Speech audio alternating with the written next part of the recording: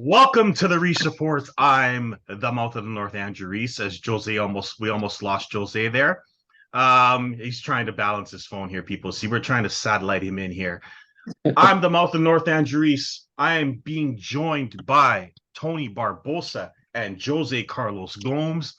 We've been away for a while as the sports landscape changes. We're just in the middle of the Stanley Cup final and the NBA finals, but we wanted to bring something different to the show today. We're going to be doing this throughout the summer as we are going to discuss our top 20 NHL players of all time. We want to hear from you. We want you to subscribe. We want you to tell us what you think. But what we're going to do is give you our top 20. I'm going to share this all over the place. You guys are going to share it. You're going to give us your top 20, and we're going to debate it, and we're going to have a lot of fun doing it. Now, for context, we are doing this from 1979 on. There will be no players from before that period. We wanted to do this list based on players we've actually seen and can comment on and explain why we like our players. I was born in 1980. Jose, when were you born? 84. And Barbosa? Along with you, Reese, 80. There you go. So it's very fair, very even. And that way we have an honest list. So don't expect to hear Bob Orr's name, Gordie Howe's name. We are doing 1979 on, which is when the expansion era came in and all the WHA teams joined the NHL. So understand that before you judge this list. We have an order from 20 down. We're probably going to split us into two shows, but we'll see how it goes. And without further ado, we are going to start our list, and I cannot wait to hear them. So let's start with number 20. And because Jose's smiling the most there and looks nervous, I'm going to start with him. Who's number 20, Jose, and why? Cujo. Yes. Wow. Listen, okay. I came to Canada in 1990, so I didn't watch anything about hockey in the 80s, so I'm not going to have any players from the 80s. I've watched hockey 90s and beyond. And let me tell you, man, that series in 93 against St. Louis, man, that guy was getting pucks off the masks and 62 shots, and it had to be a wraparound to score against that guy. Then the series that the man stole against the Dallas when he was in Edmonton, even with the Leafs against the powerhouse Ottawa teams, always coming up big shutouts almost every series. Like, you can't deny this guy. To me, he's one of my favorite Leaf players of all time, maybe my favorite Leaf goalie. So I have him 20 on my list. There you go. Great playoff goalie.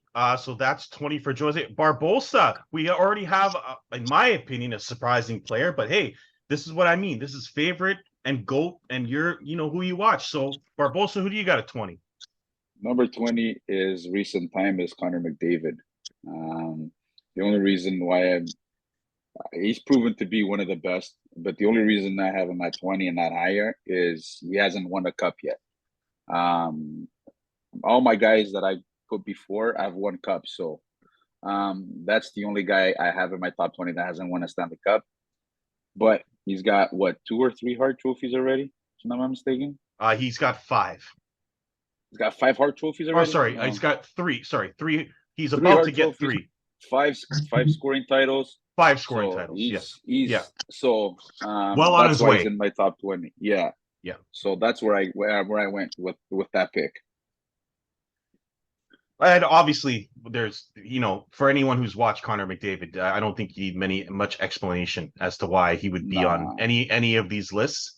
So now, to me, my number 20 is the Russian Rocket, Pavel Bure. 6th round pick, 113th overall in 1991. Kind of amazing, but he was a Russian prospect, and back then it wasn't a guarantee that Russian prospects would join the NHL. But when he did, he joined the Canucks, and to me, he was the Connor McDavid before Connor McDavid. A smaller version, a guy with incredible hands and unbelievable speed and shifting ability, scored some of the craziest goals I've ever seen. Scored 60 goals back-to-back in an era that was known more for the dead puck era than it was for a scoring era. He never won anything, no trophies, no Stanley Cups. But for me, every time I watched him, I expected something crazy to happen. So that's why he makes my list as number 20. Now we will go to Mr. Barbosa for number 19 on his list. I think I got the better Russian on that era, Sergei Fedorov. He's won a Stanley Cup, he's won an MVP, and I believe he's won a scoring title. So that's why I have him in my top 20, because he's done it all. Obviously with Detroit. So that's why he's up there. Jose, 19 on your list. I'm going with Matt Sundin. Great player for the Leafs, and when he played in the Nordiques for quite a short time, but he was a great player. Put up scored his 500th goal in Toronto, and it was sad the way that they got rid of him. They didn't even trade him or anything. He just left to go to Vancouver. But besides that, he was a great player, man. One of the best Leaf captains of all time. The man was a proven player in the playoffs. Even injured, he would give it his all. He played with a bunch of no-namers on his lines, except maybe McGillney, that was only a half-decent goal scorer, and he was still putting up like 90 points a season and stuff like that, 80 points a season. So I like Matt Sundin. I'm taking Sundin at 19. Yeah, I remember his line-mates being Sergei Berezin and Jonas Hoagland. So I mean, pretty damn good player for someone who had those players with him, and he was a great captain for the Leafs. My number 19 might shock some people, but it's Patrick Kane. Patrick Kane, first overall pick, 2007 for the Hawks. The first U.S.-born player to ever win the Art Ross Trophy. Has some of the greatest hands I've ever seen. Sorry, Barbosa, not Kovalev. Patrick Kane. Very shifty, can stick handle like I've never seen. Very clutch in the playoffs. Scored some huge goals. Won a Conn Smythe. To me, I know Taves is a big factor for Chicago's 3 Cups, but for me, the reason why he makes the list is that he scored all the big goals for them when they won the Cups, and I had to add him not only for his skill and for winning an Art Ross and a Hart Trophy, but also for being so huge in the playoffs for the Hawks. Did he win the Conn Smythe? He did. Yeah, he did win a Conn Smythe. I think Taves won the other one. I can't remember who the third one was. Duncan Keith. So I wanted to add someone from the Hawks era because they did win 3 Cups. And so of the players, I thought Kane was the most deserving. And so he makes number 19 for me. Jose, 18 on your list. I have Pavel Bure at 18. Like you were saying, great scorer, fast, like skilled hands. Like back in the 90s, there was nobody better than him. Yeah, and took Vancouver to a Stanley Cup final. And there's not much to it. He was just a great player. Probably to me, it's tough between him and Fedorov and Ovechkin, maybe the top best 3 Russian forwards ever to play in the NHL. So yeah. So I took Pavel Bure at 18. I don't have to say anything. I think he really helped to grow the game in Florida too when he eventually moved there. And if not for injuries, I think he would have had even better stats than he did. His knees gave out on him, and that limited his career. Otherwise, he probably would have been even better. He carried that 94 Canucks team to the Stanley Cup that year. Oh, absolutely. They lost in 7 games to the Rangers. So the Rangers. And he scored one of the most memorable overtime goals during that playoff against run Calgary, against Calgary. So that was just, he flipped the stick in the air, and it was just a great goal. 18 for Mr. Barbosa. I have Brett Hull, probably the best goal scorer of this era. Nobody can put the puck in the net like that guy did. And he's got a Stanley Cup. He finally won a Stanley Cup with Detroit. He had to go to the Red Wings to get it, but he finally did it. And what can you say more about that guy? Just in the slot, there was nobody better in that era of scoring from that spot. So that's now he's 5th in scoring, and he's 5th in goal scoring, 5th, 6th. I think he's in the top 10. I know he's in the top 10. That's right. For sure. Right. but he should be up. I think he's up there. Yeah. In goal scoring.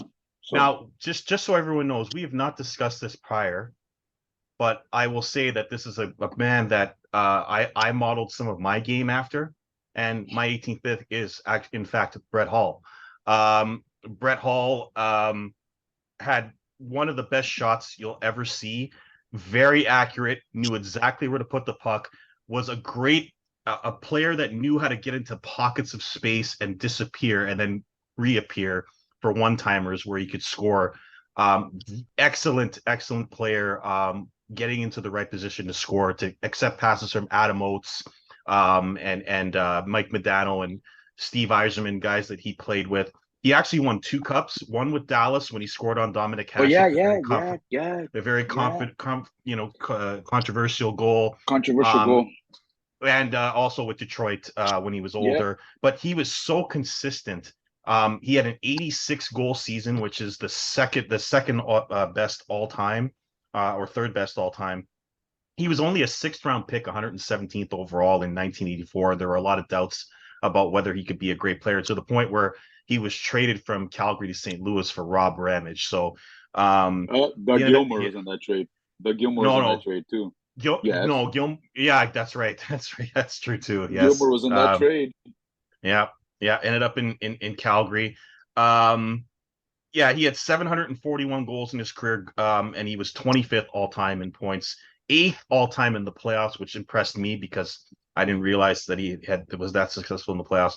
But a person that a lot of people ask about my game, and they say Ovechkin and different players. Gretzky and Brett Hull were guys that I watched when I was playing and modeled my game after. So I had to have Brett Hull on my list at 18. Now we go to 17, and we will start with Barbosa this time. 17. I had a hard time with this one because Scott Niedermayer. I know a lot of people might have him a little bit higher, but Scott Niedermayer, what can you say? How many cups has he won with Jersey? 2 or 3 cups with Jersey, and I think 3 cups, and another one in Anaheim. In Anaheim, one of the best defensemen I've ever seen. That's for sure. Could skate, could pass, could shoot. Smart, very smart. Not a big guy, but knew how to play defensive. He was one of the best defensive defensemen, even putting up points. And he's a winner. He won in pretty much everything that you can win in hockey. So that's my 17th pick. Great skater and a player the Leafs could have had, but traded their pick for Tom Kurvers. Jose, who do you got at 17? It happens. Yeah. I have Marty Brodeur. Yep. One of the, if not probably the best goalie in his generation. Man leads the league in shutouts, wins. Man's got Stanley Cups. Well, he won the gold medal in the Olympics for Team Canada. The man is a proven winner, and when it comes to the big games, he was there. So I have Brodeur at 17. And for me, I have Peter Forsberg at 17. 6th overall pick in 1991 by the Flyers, was involved in the infamous Eric Lindros trade, which will go down as one of the all-timers, as Colorado fleeced the Flyers and ended up winning multiple cups as a result of that trade. This man will not have the stats that you would look in a top 20 player. But if you ever watched Peter Forsberg play, he was a magician with the puck. He was as strong as an ox. He could beat your butt in the corners, accurate shot, great passer, very, very strong. But unfortunately for Peter, he had 25 surgeries. He had a foot that could not get into skates properly, and therefore his career was cut short. For me, what really put him over the top was when he had that playoff run where he led all scorers in the playoffs without even playing a regular season game, won the Conn Smythe, and ended up winning the cup for Colorado. He ended up with 2 cups. The following year, he won a Hart Trophy and an Art Ross. If he had played longer, he would have been the highest scoring Swedish player ever. But surgeries took him out. So that's why he's as low as he is on my list at 17, but a great, great player. 16 for Jose. I have Timo Solani. He still has the record for rookie of the most goals in the season. Man's a proven goal scorer. He won the cup in at Anaheim. So I think he was one of the best Finnish players ever to play in the NHL. He was proven that even in Finland for Team Finland, he was always come up clutch in the big games in the Olympics and World Championships and stuff like that. So I have Timo Solani at 16. The Finnish Flash, yes. 16 for Barbosa. I have Patrick Kane. Same reasons what you said, Mr. Reese. Mm-hmm. 3 Stanley Cups, scoring title, MVP. Probably still the best American-born player. We'll see about that in a couple of years, but right now he still is. And clutch player in the playoffs, 100%. That guy, yeah, he scored the cup winner against Philadelphia. I think was that game 7? No, it was game 6. Game 6. Game 6 overtime. Yeah. He scored the goal. Philly. Nobody knew it went in. Only him. And playoffs, clutch. He seemed to. It was either him or Bufflin always scoring the OT winners for Chicago those years. So exactly. So but he like was just a great playoff player. Like great player. Period. Yeah. So yeah. Well, for those who call me a hater, you're gonna love this player on my list. It's Alex Ovechkin. First overall pick, 2014. May or may not pass Wayne Gretzky for the goal title. The reason a lot of people may think, why is he so low on your list? I have a lot of great players on my list, and Ovi is one of them. But Ovi, to me, is a guy that is a great goal scorer, scored a lot of power play goals, got into his spot, has probably the best one-timer, one of the best one-timers of all time. Earlier in his career, he was a more diversified goal scorer and was hitting people left and right, slowed down a little bit on the hitting, focused more on goals. He did eventually finally win that Stanley Cup after years of failing in first and second rounds. He's 16th all time in points now, and 38th in the playoffs. He has 3 Hart trophies, can't be denied. He won them, 1 Art Ross and 1 Conn Smythe. I didn't consider the goal award, although he probably has 6 or 7 of those as well. So he deserves his flowers. Not a defensive player at all. So just kind of a one-way player, but you can't deny how great a goal scorer he was. And he did score, in my mind, probably the greatest goal I've ever seen with Wayne Gretzky watching on the bench, where he scored on his ass with 1 stick in his hand and his face turned. So got to give him credit. So he's 16 on my list. We go to 15, and we will go to Barbosa for 15. I got Luke Robitaille. Yeah, I like him too. Yep. Great finisher. That guy knew how to score. Knew how to score goals. I think he was, to me, he was an underrated skater also. Not too many people give him credit for skating, but I think he was a good skater. He was scoring goals even before when Gretzky got to LA. Then when Gretzky got to LA, obviously he helped Robitaille become a superstar. And he won a cup, and he won this cup with Detroit, I believe 1 or 2 with Detroit. I think it was just one with Detroit. Just the 1. Yeah. And was one of the best players in the early 90s. Yeah. Highest scoring left winger of all time. And I believe still is. So absolutely legit to have him on your list there. Jose, who do you got 15? I got Eric Lindros. I think he was one of the most dominant players in the 90s, the man with the Legion of Doom line. It was sad to see him end his career the way because of his head injuries and concussions and stuff like that. But the man, when he played, he was unstoppable, man. Nobody could stop that guy when he was going full speed, power to the net. The man he was one of the craziest power centers in the NHL. Like, he could score, he can pass, he can check. So I have Eric Lindros at number 15. Yeah, he unfortunately played a dangerous game with his head down and got hit a lot.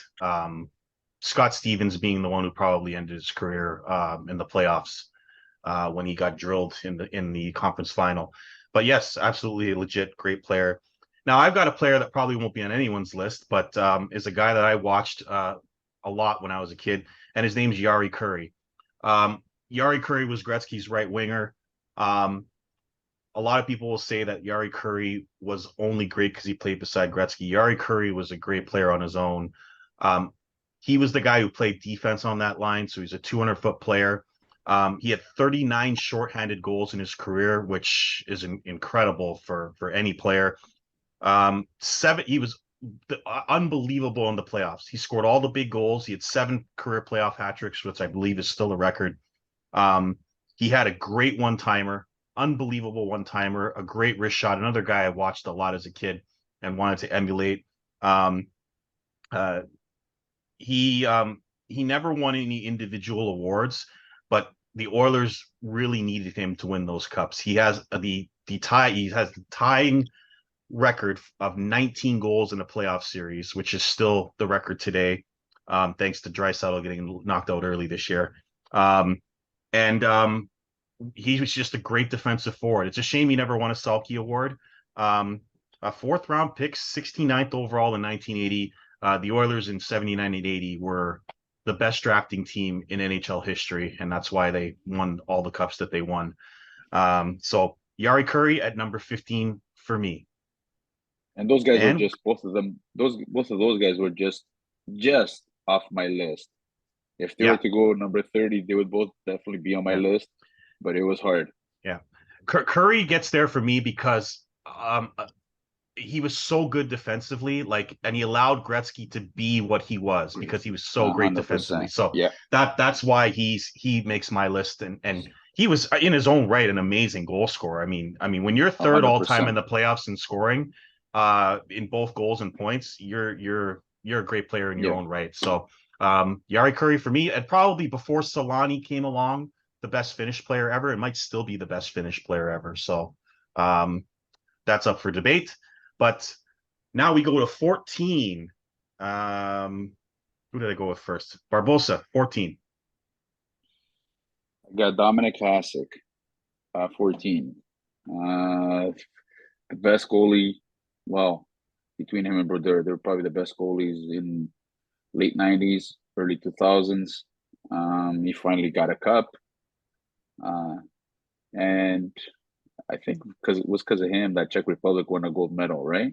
They In beat Canada because of the him. Absolutely. Yeah.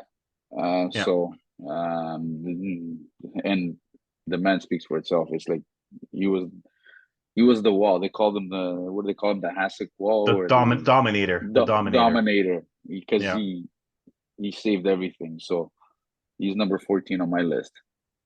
Jose. I have Peter Forsberg at 14. Like you said, he was an amazing player, two-way player, forecheck, scorer. You can do it all. Played for Sweden too. Scored that crazy breakaway goal against Canada, the pile Yeah. driver or whatever it's called. Absolutely. To this day, still one of the best shootout goals. You can see it on replays and everywhere. So yeah, I have Forsberg at 14. Now, I said this before, but me and Barbosa did not talk about this beforehand. But I also have Dominic Hasek at 14. Um, we did not discuss this beforehand. Nope. Dominic Hasek was a 10th round pick, 199th overall in 1983. He didn't start playing until he was 27 years old because he was in Chicago and was behind Ed Belfour. But when he did get to play, you could see he was really talented. One of the most unorthodox goalies you will ever see. Made saves with every part of his body, with helmets and legs flying everywhere. And he had the best goals against average in history at 220. He had the best save percentage among retired goalies at 922. He won 2 Hart trophies, something that no goalie has ever done. Carried the Sabres, who were a very average team, to the Stanley Cup final. For 5 seasons in a row, he had a 930 save percentage, which is unheard of. 6 Vezina trophies, and eventually won 2 cups with Detroit. And also I believe dragged Ottawa to the final as well. Just a remarkable goaltender. Someone I loved watching, and especially when Rick Jenneret was doing the announcing. So Dominic Hasek at 14 for me. A remarkable goaltender in an era where there was a lot of defense being played, but in Buffalo, he was the reason they were winning. So that's my 14. He was the Buffalo Sabres in that era. Yeah. Yeah. I mean, I can't think of another player when I think of the Sabres going to the final that year, other than Stu Barnes, I can't think of another player that was on that team that did anything. So he dragged them to the final, and he also beat Brodeur in the playoffs a couple of times, which is something that I noted while researching this. So they had some titanic battles in the playoffs, 0-0 ties going to triple overtime and stuff. So definitely him and Brodeur right around there. But I had Hasek, and we'll see about Brodeur later. Number 13, Jose, you can start this one off. I don't know if you guys none of you guys probably picked it, but I love the way Nicholas Lidstrom played hockey, especially defenseman for the Red Wings. The man was solid back there. Defensively, offensively, he can skate, he can move the puck. He would do the blocking shots. He won the cups with Detroit. The man was a cornerstone in that defense. And you could see when he retired, and the Detroit defense wasn't the same without him back there. Even for when he played for Sweden too, he was solid back there when they won the World Championships, and I think they ended up winning a gold medal too, right? When he was playing, they did. Yeah, I'm pretty sure they did. Yeah, yeah. So I have him at 13, Nicholas Lidstrom. Barbosa 13 for you. I have this guy a little bit higher than both you guys. I have Peter Forsberg at 13.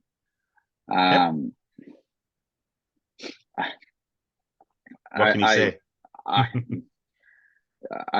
That guy is a North American hockey player, not a European hockey player. The way he played hockey, he played hockey like a Canadian. I believe Sidney Crosby's game is a little bit modeled off Peter Forsberg. If you watch the way he plays along the boards, there was nobody better on the boards than Peter Forsberg to me. And Sidney Crosby's game is almost is similar to it. Against the boards, there's nobody better right now. But to me, Peter Forsberg was just and the skill he had, like you said, unfortunate injuries to his foot. Really hurt his career. But if he didn't get hurt, I believe you'd probably be top 5 scoring of all time. If not, the guy was just unbelievable, and carrying Colorado to those cups. Oh my God, and crazy runs. So that's why he's a little bit higher on my list. Okay. For me, 13 might not be on anyone's list because he was a little bit before maybe 84, but I have Raymond Bork at number 13.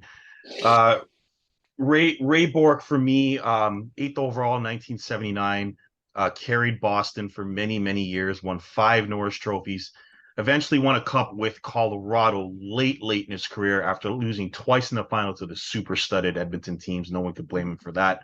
11th all-time in points. Never mind just defense. In points overall, he's 11th, which is remarkable to me.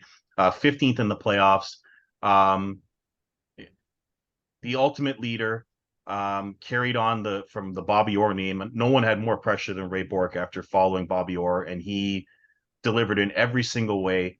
And you can't end a career better than he did in Colorado, where he was a 40-year-old man playing 30 minutes a game. And I believe they won in Game 7 against the Devils to win the cup, and that was his retirement. So one of the more underrated defensemen in NHL history. I had to put him on my list, considering just looking at his career and watching him play. Not flashy, a lot like Nick Lidstrom, not flashy, but a guy that carried and led teams. So he makes my list. That cup was a big factor in Colorado.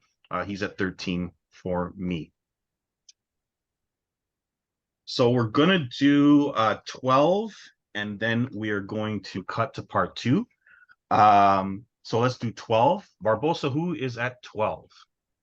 Number 12, to me, he's probably the best skating defenseman I've ever seen in my life. Just so graceful at skating is Paul Coffey. Um, Late 80s, early 90s, to me, was probably the best defenseman in the league. Um, the guy, he's Carlson before Carlson. Just a much better skater. Cups. Uh, what else he won? The best defenseman. He's won it all. So to me, and like I said, he's the best skating defenseman I've ever seen in my life. So that's why he's number 12 on my list. Jose. I have Sergei Fedorov at 12. I just used to love the way he skated, those white Nikes. Yeah. Man could score. He can just stick dangle you. He can put you. That man was just amazing player. Him with Steve, that line with him, Steve Yzerman, Keith Primo, man, those guys. That Detroit team was loaded back in the day. I have him. Like I said, I have him, Bure, and Ovechkin as the best Russian forwards of all time. So, and I just enjoyed the way he played. Like he was fancy. He used to show off with the freaking the skates and the visors and all that, the jersey out and stuff. It was just pure styles, and I like that. I like that. Like he had a little flair to his game. So yeah, the 12 I have Sergei Fedorov. Okay. And at 12 for me, I have Martin Brodeur. Again, what else can be said? He was 20th overall pick in 1990, all-time leader in wins, saves, shutouts, games. Second in playoff wins, 3 cups, 4 Vezina trophies. The greatest puck handling goaltender I've ever seen, to the point where they had to create a trapezoid to stop him from doing it because the Devils were so dominant with him, handling the puck behind the net and leading breakouts for the Devils. Imagine you have Brodeur, Niedermayer, Scott Stevens, Brian Rafalski, and Brodeur. You're not going to score too many goals. Why Devils were so dominant in the 90s and why Gil loves them. He was a goalie that didn't make the spectacular. He just made the saves he had to make. And that's why maybe he doesn't stand out as a great goaltender in a lot of guys' eyes, because he played behind those double teams, but he made the saves he had to make, and that's all that mattered. And he was great for a long, long period of time, playing 78 games a year. You don't see goalies do that anymore, so you got to give him respect for that. And so I have him at number 12 on my list. And we will stop our show and our list at number 12. And when we come back for part 2, we will count down from 11 down and see if we can get to number 1. And we will be back for part 2 on the Reese Report. And we will continue our list in just a moment. So stay tuned for part 2.